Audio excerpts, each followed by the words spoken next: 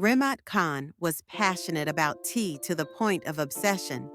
From the small tea stalls in his neighborhood to the fancy cafes in the city, he had tasted tea from everywhere.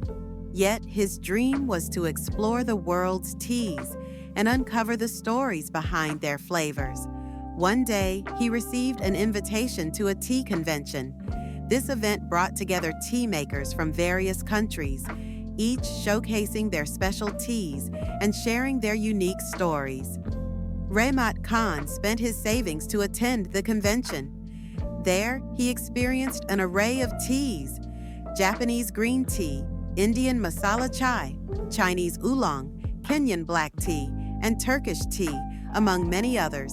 Each tea introduced him to a fascinating story.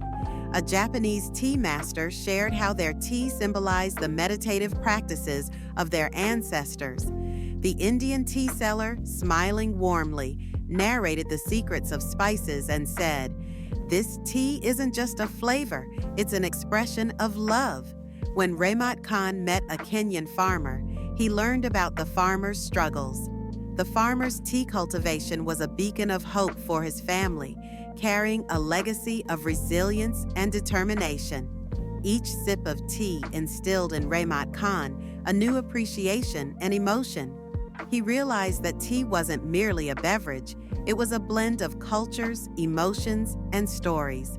Returning from the convention, Remat Khan opened a small cafe where he shared his experiences by offering diverse teas along with their stories. His cafe, named Tea and Tales, soon became famous, attracting people who came not only to savor the tea, but also to enjoy the rich stories behind each cup.